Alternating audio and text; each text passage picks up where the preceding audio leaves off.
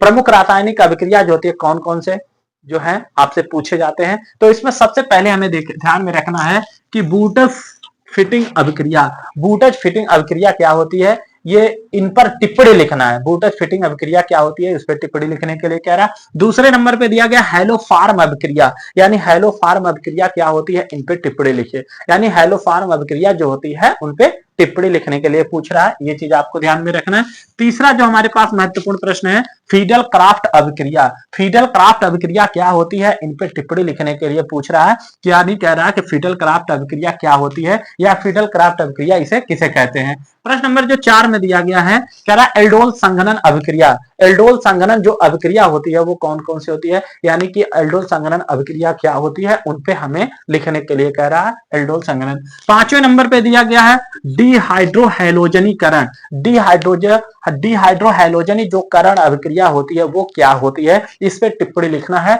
जबकि 6वें नंबर पे जो दिया गया है कि कैनिजारो अभिक्रिया, कैनिजारो जो अभिक्रिया होती है उस पर टिप्पणी लिखना है, उसको आपको समझाना है कि कैनिजारो अभिक्रिया जो होती है वो कौन सी होती है। ठीक, इसके बाद प्रश्न नंबर जो 7 में दिया गया राइमर टीमन अभिक्रिया, यानी राइमर टीमन अभिक्रिया के बारे में आपसे पूछ रहा है। राइमर टीमन जो अभिक्रिया होती है उन पे टिप्पणी लिखने के लिए पूछ रहा है कि राइमर टीमन अभिक्रिया क्या होती है, इस पर टिप्पणी लिखिए, ये चीज आपको ध्यान में रखना है। 8वें नंबर पे जो दिया गया है बूट्स अभिक्रिया, यानी बूट्स अभिक्रिया क्या होती है, इस पे आपको टिप्पणी लिखना है। बूट्स अभिक्रिया किसे कहते हैं, जो बूट्स अभिक्रिया होती है वो कैसे रासायनिक अभिक्रिया करती है, तो उसको आपको ध्यान में रखना है।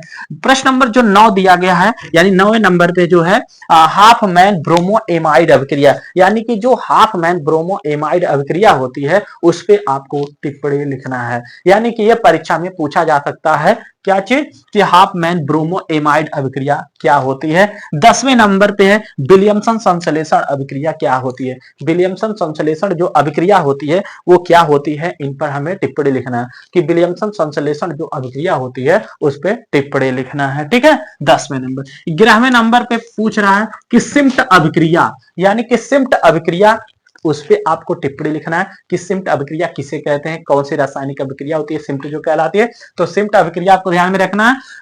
जबकि 12वें नंबर पे जो दिया गया कार्बिल एमीन अभिक्रिया, ये जो कार्बिल एमीन अभिक्रिया है ये भी परीक्षा के दृष्टि से काफी महत्वपूर्ण है, बार बार पुनरावृत्त जो होते हैं कार्बिल एमीन अभिक्रिया। ठीक है ना। उसी तरह से 13वें नंबर पे जो दिया गया है, जो 13 नंबर पे है डार्जेन अभिक्रिया, यानी कि ये जो अभिक्रिया पूछ रही है वो डार्जेन अभिक्रिया क्या होती है। ठीक है ना, उन पे टिप्पणी लिखना है, जो परीक्षा में रिपीट हो रहे हैं बार बार, ये डार्जेन अभिक्रिया क्या होती है। उसके बाद हम और आगे चलते हैं, देखते हैं प्रश्न नंबर 14 में जो दिया गया है, ये कह रहा है क्या चीज, रोजन-मुंड अभिक्रिया। आखिर रोजन-मुंड अभिक्रिया जो होती है वो कौन सी होती है, रोजन-मुंड अभिक्रिया पर टिप्पणी लिखने के लिए पूछ रहा है कि रोजन-मुंड जो अभिक्रिया होती है उनको आपको टिप्पणी लिखना, उनके रासायनिक अभिक्रियाओं के बारे में लिखना है। फिर 15 नंबर पे दिया गया है ईटार्ट अभिक्रिया। जो ईटार्ट अभिक्रिया होती है इस पे जो है लिखने के लिए पूछ रहा है, टिप्पणी लिखने के लिए पूछ रहा है कि ईटार्ट अभिक्रिया जो होती है उस पे आप लिखिए, यानी कि आपको लिखना है ईटार्ट अभिक्रिया।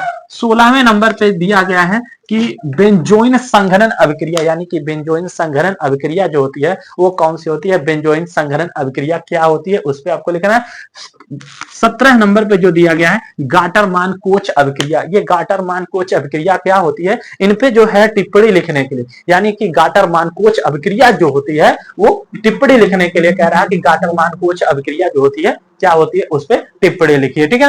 18वें नंबर पे जो दिया गया है ये कह रहा है स्टीफन अभिक्रिया, यानी कि स्टीफन अभिक्रिया जो होती है वो कौन सी अभिक्रिया होती है, स्टीफन अभिक्रिया जो होती है इन पे हमें टिप्पणी लिखना है। यानी स्टीफन जो अभिक्रिया होती है वो काफी महत्वपूर्ण है, इस पर टिप्पणी लिखने के लिए पूछ रहा है।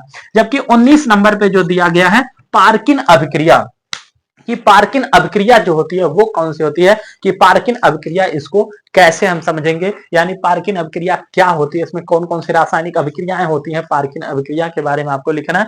फिर 20वें नंबर पे जो है सेंड मायर अभिक्रिया, यानी कि सेंड मायर जो अभिक्रिया होती है ये भी काफी महत्वपूर्ण है, जो परीक्षा के दृष्टि से पूछा जाता है।